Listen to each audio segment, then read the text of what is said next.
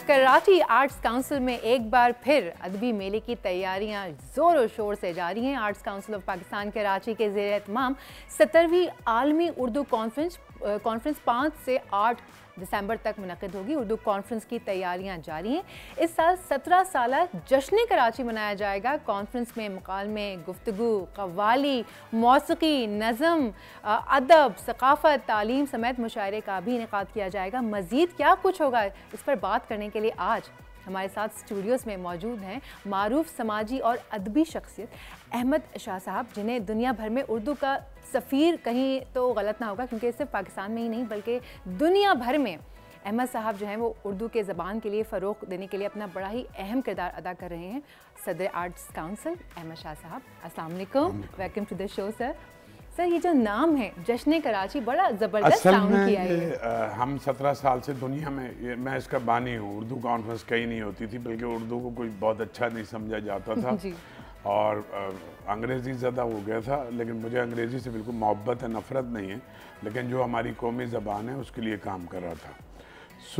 इस दफ़ा हमने ये सोचा, मुख्तलिफ़ मौज़ूआत पे हम लिटरेचर पे, सारी दुनिया के लिटरेचर पे बात करते हैं।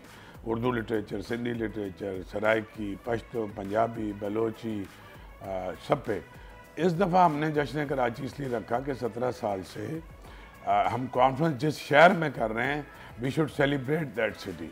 तो हम कराची का आर्किटेक्चर, उसकी हिस्ट्री, उसका हेरिटेज, उसके अंदर जो मौसीकार थे निज़ार बज़मी जैसे, जो सिंगर थे मेहदी हसन खान, महनाज, अहमद रुश्दी, उनको फिर इसका आर्किटेक्चर, इसके फिलंथ्रेपिस्ट, इसके सिनेमाज, इसकी मौसीकी, इसकी फिल्म, यहाँ वहीद मुराद और ये सारे लोग फिल्में बनाते थे और ये सब, और उसके साथ कराची में नज़्म गो शोरा, कराची में गज़ल लिखने वाले, कराची में नक्काद और कराची में जिन्होंने नॉवेल लिखे, अफसाने लिखे, जैसे शौकत सिद्दीकी साहब इतने बड़े आदमी थे। तो सर नाम भी तो बताएं साथ में कि कौन कौन आ रहा है, परफॉर्म कराची के मुसव्विर।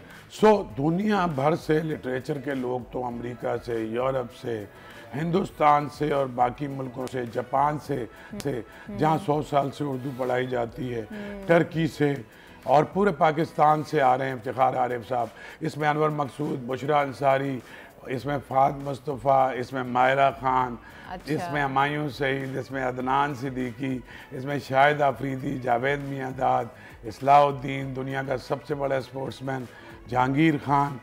हम अपने शहर को सेलिब्रेट कर रहे हैं। जो लोग इस शहर में बड़े लोग पैदा हुए, चाहे वो स्पोर्ट्समैन थे, वो सिंगर थे, वो आर्टिस्ट हैं, फिर सादक़ैन से लेके गुलजी, अहमद परवेज़, इन सब को भी सेलिब्रेट कर रहे हैं, शाहिद सज्जाद को भी कर रहे हैं।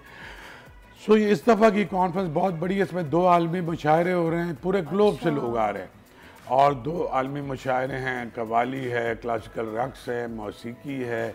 फिर 2 बहुत अहम हम सेशन कर रहे हैं। एक हम ग्लोबल वार्मिंग और एनवायरनमेंट पे सेशन कर रहे हैं, क्योंकि दुनिया का सबसे बड़ा मसला यही और हमारे शहर का भी मसला है। तो उसमें समंदर की पोल्यूशन, एयर पोल्यूशन, कचरा, ये सब डिस्कस करेंगे। तालीम पे हमारा सेशन है।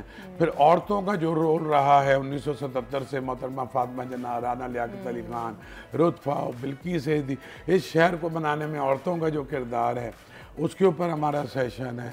फिर हम AI पे सेशन कर रहे हैं, आर्टिफिशियल इंटेलिजेंस के ऊपर, वो किस तरह को इम्पैक्ट करती है, करेगी, म्यूज़िक को कैसे करेगी, क्रिएटिव लोगों को कैसे करेगी, वो जो कॉपी पेस्ट होगा और वो सारी दुनिया का इल्म उसमें डाल देगी, तो फिर वो हिट कैसे करेगी सोसाइटी को, उसको करेंगे। तो कुछ 65-70 सेशन है। और हाँ, ज़्यादातर असल में बहुत संजीदा सेशन भी हैं और हमने नौजवानों को अपनी ज़बानों की तरफ राग़िब करने के लिए उनके सारे सुपरस्टार्स को इसमें हमने रखा हुआ है। ये बहुत ज़बरदस्त कॉन्फ्रेंस होगी और लोग बस आना 25-26 तारीख से लोग आना शुरू हो जाएंगे। पाकिस्तान के जो लोग दुनिया भर में रहते हैं, अमेरिका में, बरतानिया में, यूरोप में, मिडल ईस्ट में, वो अपनी छुट्टियां ही ऐसे प्लान करते हैं कि उर्दू कॉन्फ्रेंस में भी शरीक हो जाएं, अपने शहर में भी रह लें, अपने अजीज़ों से भी मिल लें, अपनी शादियां भी इसी तरह प्लान करते हैं। तो अब ये कल्ट हो गया है, इस शहर ने भी इसको ऑन कर लिया है और दुनिया भर के उर्दू बोलने वालों ने, चिली तक से खतूत आते हैं और अफ्रीका के मुख्तलिफ ममालिक से भी खतूत आते हैं। लोग उसमें पार्टिसिपेट करते भी हैं। करते भी हैं मुशायरे और उसके जी लिए। जी नहीं, मुशायरे के लिए सेशन सुनते हैं। अच्छा। मसलन हमारे जो बच्चे हैं इन्हें तो इस शहर का पता ही नहीं है कि 1850 से पहले ये शहर तो चंद सौ लोगों का, मछेरों का एक गांव था। और ये फिर अंग्रेज़ों के आने के बाद ये शहर कैसे बना, ये पोर्ट कैसे बना, यहाँ की सड़कें कैसे धुलती थी, ये एशिया का साफ़ सुथरा शहर था।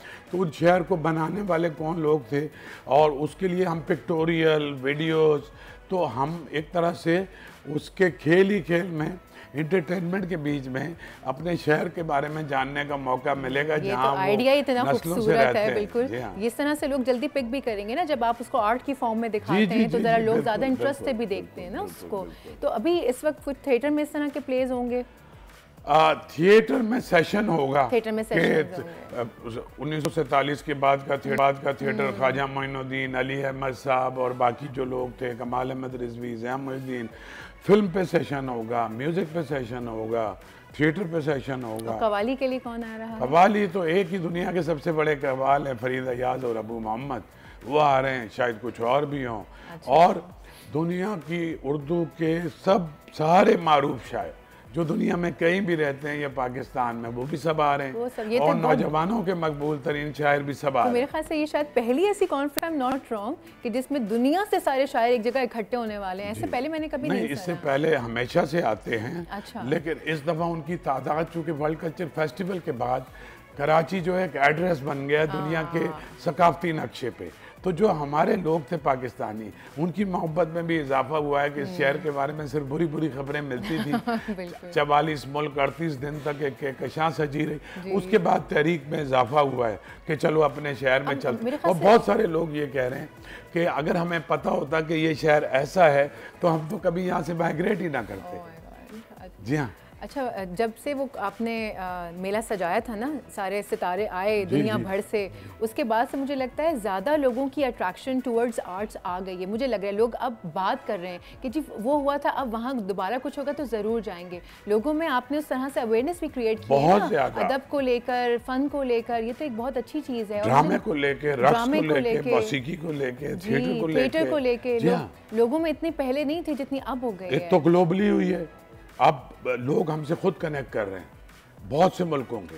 अभी मैं परसों एथोपिया के एम्बेसडर आए हुए थे, उनसे मेरी मुलाकात थी। अच्छा। वो सबसे बड़ी इकॉनमी है उन्होंने, और एथोपियन एयरलाइन ने हमें ऑफ़र किया है कि हम आपको मैक्सिमम डिस्काउंट देंगे। इसी तरह से हमें लैटिन अमेरिका से अप्रोच किया जा रहा है।